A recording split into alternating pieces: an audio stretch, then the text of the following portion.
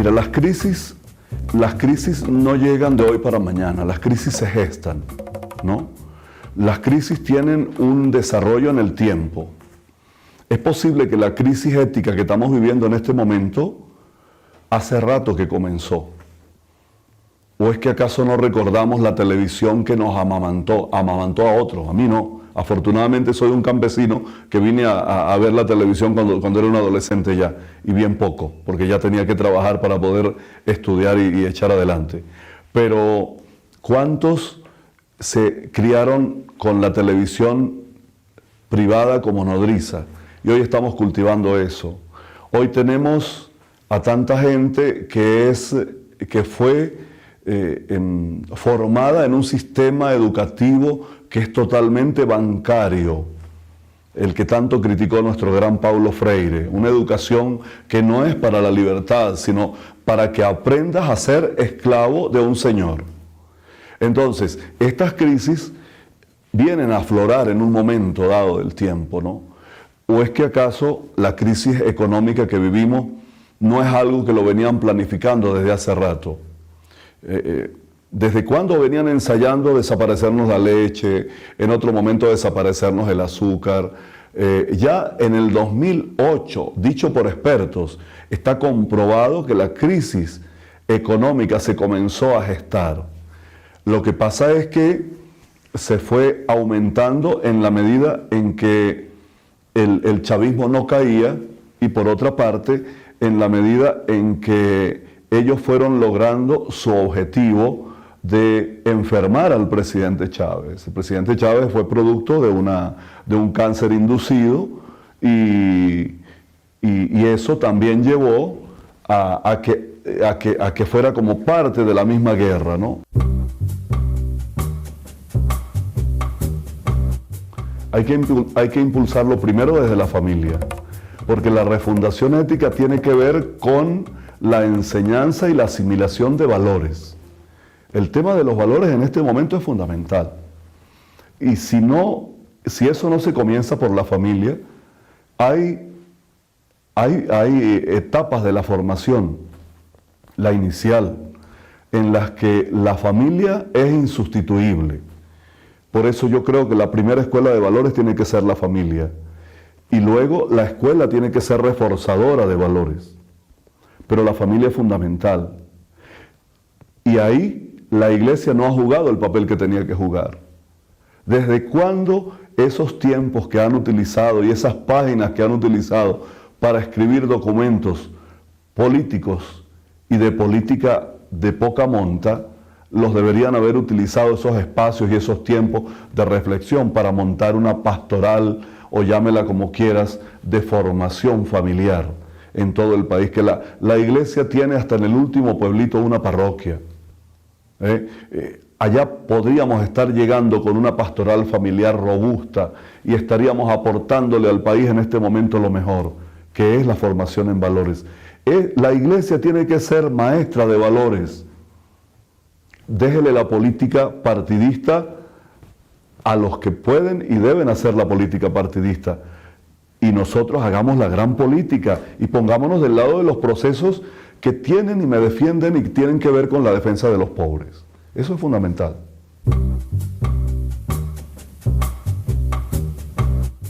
Nosotros, y ya lo decía en estos días el presidente Maduro, tenemos que seguir propiciando el diálogo siempre, y el diálogo con el pueblo. ¿Por qué el pueblo? Porque hay que propiciar el diálogo con el que se puede dialogar. Yo no puedo dialogar con todo el mundo. O sea, eso sería una ilusión. Eso sería, además, como muy romántico. Yo no puedo dialogar con todo el mundo porque, a ver, si alguien me invita a dialogar y me quiere llevar a que yo afirme lo inafirmable y a que yo, legitime lo ilegitimable, yo no me puedo prestar para ese diálogo. ¿Cómo yo me voy a prestar en un diálogo o para un diálogo donde el otro que quiere dialogar conmigo, el otro grupo, me dice, bueno, tienes que liberarme a todos los que ellos llaman, entre comillas, presos políticos? cuando ya conocemos, tenemos como antecedente un proyecto de ley de amnistía que elaboró la oposición en la Asamblea Nacional, que precisamente es una confesión de partes de todos los crímenes que han cometido. Así que ya no es que nosotros de este lado, y cuando digo nosotros de este lado, digo el pueblo, no estoy diciendo el PSV, el pueblo, porque yo estoy con el pueblo de abajo, con el pueblo de a pie. Entonces cuando digo nosotros de esta parte no podemos estar de acuerdo con que me digan que no ha pasado nada cuando ha habido 43 muertos en una de esas intentonas, cuando tenemos más de 850 personas, hombres y mujeres y niños que fueron heridos, y muchos de ellos discapacitados hoy. Conozco bastantes de ellos. Entonces, si tú me vas a pedir que dialogue y dentro de eso yo tengo que negociar la vida de mis hermanos, dentro de eso yo tengo que negociar para que la impunidad impere, yo no puedo prestarme a un diálogo que termina en impunidad. El que cometió un crimen contra la vida de un ser humano debe ser castigado, eso es indudable. De tal modo que la vida de las víctimas no se negocia. Y eso es lo que yo le diría, incluso y de modo muy especial, a los clérigos, ¿no? A los religiosos, a los sacerdotes y monjas que de repente me ven. Mira, ¿con quién estás tú? ¿Con las víctimas o con los victimarios? ¿Eres cristiano? Sí, soy cristiano. Ajá. ¿Con quién estás? Yo no puedo estar del lado de los victimarios. Si estoy del lado de los victimarios, entonces estoy a favor de Herodes y de Pilato, y no de la víctima que se llamaba Jesús de Nazaret. Esa es la realidad cuando lo miro desde lo cristiano. Porque la víctima en este caso es Jesús, que muere, que sufre en el pueblo, que sufre en el joven que fue degollado con una guaya, o que sufre en los 83 niños. Hay que estar en el lugar. Apenas hace unos 15 días que celebré una misa en el Ministerio de Hábitat y Vivienda, ¿no? Y ahí estaba justamente en la planta donde están los niñitos del preescolar. Y estar uno ahí y pensar lo que sucedió aquel día cuando ya el fuego había comenzado en la planta baja y estos bandidos, asesinos, sabían que ahí arriba, en la otra planta, había 83 bebecitos menores de 5 años. Y yo voy a estar de acuerdo con que no aquí liberen a todo el mundo porque aquí no ha pasado nada. Esos niños pudieron haber muerto ahí y no murieron gracias a la protección civil y a los bomberos que se apersonaron a calmar el fuego y a sacar a los niños asfixiados, muchos de ellos a punto de morir ya. La iglesia venezolana, el papel es muy pobre. Te lo digo, es lamentable, la historia nos tendrá que juzgar. Y nos tendrá que juzgar dentro de muy poco tiempo. Es más, ya nos está juzgando. ¿Qué hemos hecho? ¿Qué han hecho los obispos en estos 18 años? ¿No tuvimos un presidente acaso que era católico y que no renunció, a pesar de toda la guerra que le hicieron, no renunció en ningún momento a ser católico, pero fue agredido constantemente por los documentos que producía la Conferencia Episcopal? Nunca se le reconoció lo que hizo en favor de los pobres, o como me lo dijo a mí un jesuita comprometido con la lucha de los pobres, que ya murió, el padre Acacio Velandria, que estaba en los llanos, en la frontera. Y yo le digo un día, ¿qué echas de menos, Acacio? ¿Qué echas de menos? Y me dice, oye, ¿qué echo de menos? Pues que lo que nosotros, los religiosos, sobre todo los jesuitas y algunas congregaciones femeninas, soñábamos en los años 70, ahora se está dando con Chávez, aún con los errores que tenga, pero se está dando. Y resulta que ahora, cuando se está dando, nosotros nos ponemos todos en contra. Y esa es la verdad. Duele cuando se dice, Pero esa es la verdad.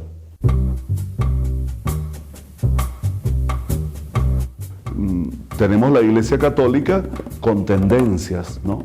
Y esas tendencias yo creo que nos las ha dado el cómo miramos a Cristo, cómo interpretamos a Cristo en la historia.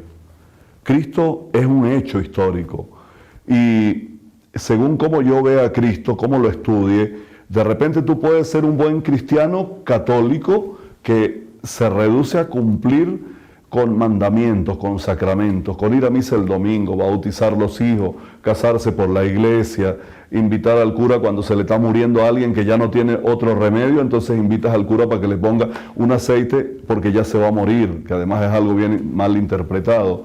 Resulta que ese es un modelo de catolicismo que se queda solamente en el cumplimiento de ritos y de preceptos. Cosa que yo digo, la propia palabra ya lo define todo, cumplimiento, cumplo y miento, ¿no? Y está la otra iglesia que quiere volver a Jesús. La iglesia que está compuesta por bautizados y bautizadas, que dentro de la iglesia católica dice, esta no puede ser la iglesia que nos dejó Jesús, o la iglesia que quería Jesús, porque Jesús no vino a fundar una religión, Jesús no fundó una religión, la religión apareció como consecuencia del hecho Jesús. Y entonces ahí entro yo con otra reflexión, si existe una religión que surge como de hecho sucedió después de Jesús, esa religión, y se llama cristiana, tendría que estar al servicio de la construcción del proyecto de Jesús. Si esa religión no está al servicio de la construcción del proyecto de Jesús, entonces no sirve para lo cristiano. No tiene nada que ver con el cristianismo. Y entonces, ¿para qué una religión? Como diría Pedro Casaldáliga, una iglesia que no sirve, no sirve para nada.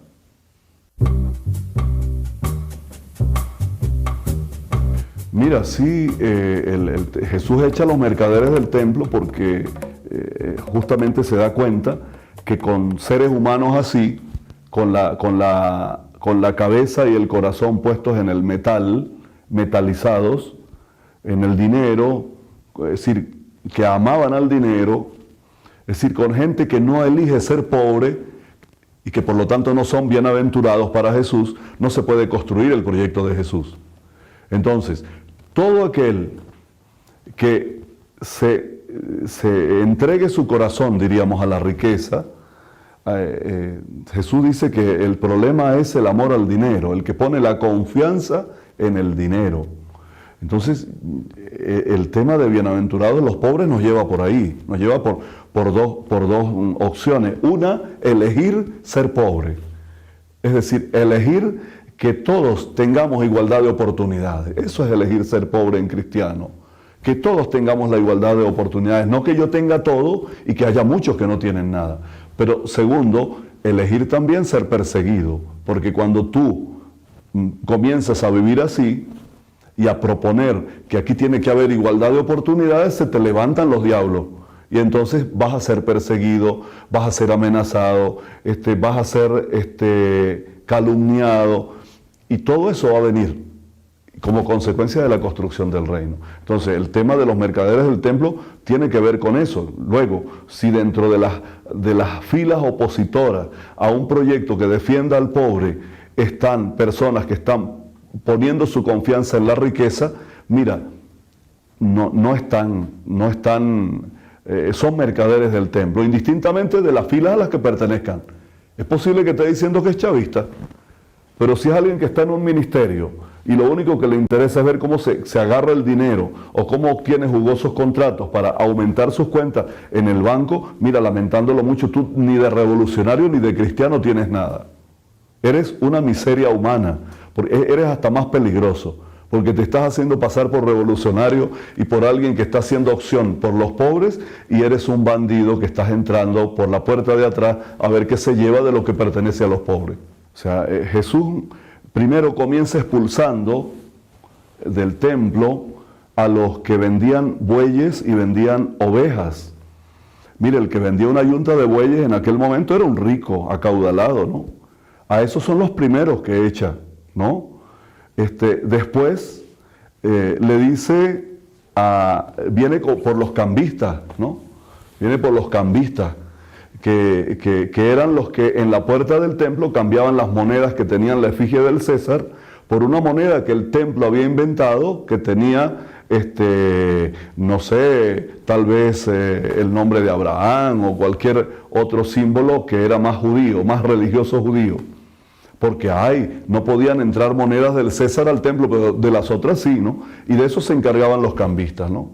De realizar todo este proceso en el que se quedaban con jugosas sumas de dinero y explotaban al pueblo. A esos los echa de segundo, ¿no? Yo creo que dentro de esos podríamos ubicar hoy al Dollar Today y a los raspatarjetas y a los vendecupos y a todos los que se han aprovechado de la situación económica para explotar al pueblo por medio de lo económico, del manejo y del cambio de la moneda, ¿no? De los que se llevaron ahorita todos los billetes de 100, esos están dentro de esos cambistas que les volteó las mesas, dice, ¿no? Y luego expulsa a los que vendían palomas y vendían cositas mínimas, ¿no? Diríamos hoy la economía informal, ¿no? A esos los echa y la sugerencia de Jesús tiene como tiene un cierto aire de compasión y les dice, no conviertan la casa de mi Padre, que es casa de oración, en una casa de mercado, ¿no? Les da un consejo, ¿no? Tiene como compasión siento muchas veces con el pueblo engañado, que le han lavado el cerebro, y que yo digo, si una señora de uno de nuestros barrios, que tú te la encuentras defendiendo a los mercaderes del templo, por ejemplo, ¿no? Defendiendo que es mentira que se llevaron, por ejemplo, los billetes de 100 de Venezuela. Y yo le pido argumentos, no tiene, simple y llanamente porque he escuchado, esa pertenece a la economía informal del templo, que también habían sido engañados y habían terminado haciendo también lo que hacían los grandes para vender y también explotar con lo pequeño, al pobre, al hermano que venía. El empresariado socialista, oye, yo tendría que verle los frutos a esa empresa si realmente es socialista, pero si este señor es alguien que vive como todos los empresarios capitalistas, mira, ni que escribas 10 veces a la puerta de tu empresa que es socialista, pues eso me lo tienes que demostrar con obras.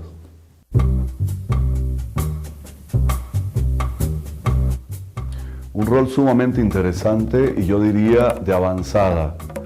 Podría haber hecho mucho más ya el Papa Francisco, pero recuerda que en la Iglesia hay corrientes conservadoras, hay un conservadurismo milenario, ¿no? Que está ahí, detrás de los muros. Entonces no es fácil que un hombre como Francisco, de la edad de Francisco, que se cansa, hay que ver todo lo que ha tenido que hacer, ¿no? Entonces, es verdad, tiene un liderazgo mundial muy grande, ¿no? El que se merecía el Premio Nobel de la Paz era él. Sin embargo, nunca se lo darán porque es incómodo, ¿no? Y seguirá siendo incómodo mientras siga viviendo el Evangelio y explicitándolo como lo explicita, ¿no? De todos modos, yo sí creo que hay un aire nuevo en la Iglesia y en el mundo. Este es un Papa que ha estremecido a muchos sectores y ya la Iglesia no volverá a ser la misma después de Francisco. De algún modo Francisco ha cumplido con ese papel que tuvo Chávez con Venezuela y con América Latina de abrirnos los ojos. Francisco le ha abierto los ojos y el entendimiento al pueblo para que entiendan que otra iglesia es posible y que otro mundo es posible, porque la encíclica Laudato Si no es dirigida solo a los católicos, es una encíclica universal, es una encíclica social que tiene que ver con todo eso, con todo lo social, ¿no? Es más, no la podemos ver ni siquiera solamente como ecológica, ¿no? Es una encíclica que toca muchos temas y que es muy interesante. Yo la recomendaría a la gente que se la lea. Laudato Si, alabado seas mi Señor, quiere decir, él quiso comenzar con el las primeras palabras del himno a las criaturas de San Francisco de Asís. No sé, el Papa lo que pasa es que habla así, llanamente, pero con una verdad meridiana. Es decir, cuando tú agarras los capitalistas de este mundo y agarras los comunistas, pon el Che, por ejemplo. A ver, ¿quién se ha aproximado más, Rockefeller o el Che a lo cristiano? Pues lógico que el Che. Entonces, esa es la reflexión sencilla pero profunda que hace el Papa. Dice, es una realidad, y no con eso él está diciendo yo soy comunista o soy de derecha o de izquierda. Él está diciendo, lo que yo veo es que esas lámparas están encendidas, y eso no me lo puede negar nadie. Lo que yo veo es que Rosa Luxemburgo ha estado mucho más cerca de los pobres que los capitalistas del norte o que los capitalistas o que Slim, por ejemplo, de México en este momento, que es el hombre más rico del mundo en un país empobrecido cada día más. No. Es más, me encanta cuando me encuentro ateos que son más cristianos porque tienen mucho más nivel de compromiso que muchos de los que se dicen cristianos y de compromiso cristiano no tienen nada. Yo digo, estos son más cristianos porque están poniendo en práctica el Evangelio, el proyecto de Jesús. Lo están viviendo. El otro no. El otro es alguien que dice teorías. Y Jesús dice que bienaventurados son aquellos que escuchan su palabra y la ponen por obra. Esos son los bienaventurados. No los que la escuchan y la convierten en una religión para con ella dorar la píldora y después no vivir el Evangelio.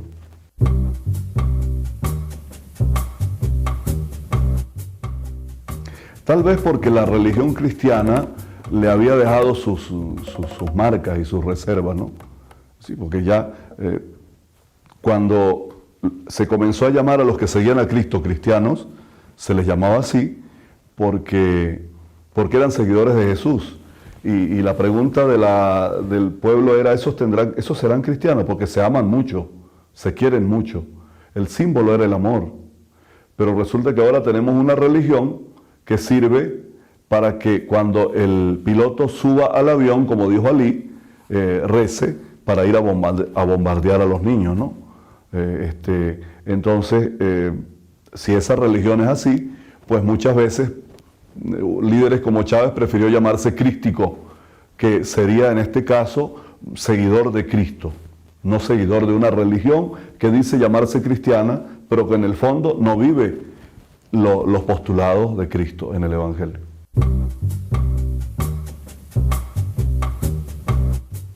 Yo le diría, como dicen los italianos, non mollare, no aflojar, seguir resistiendo al lado del pueblo.